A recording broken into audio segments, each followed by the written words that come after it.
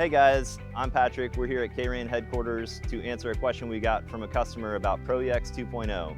They wrote in to ask about custom watering days, cyclic watering days, and then also how to change the controller programming from hours and minutes over to minutes and seconds. I've got one mounted inside on the wall, so let's walk over there and I'll show you how to do it.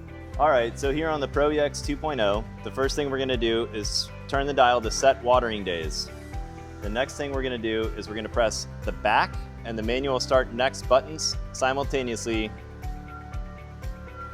That will go to odd, even, and cyclic from 1 to 31 days and how many days remaining until it begins.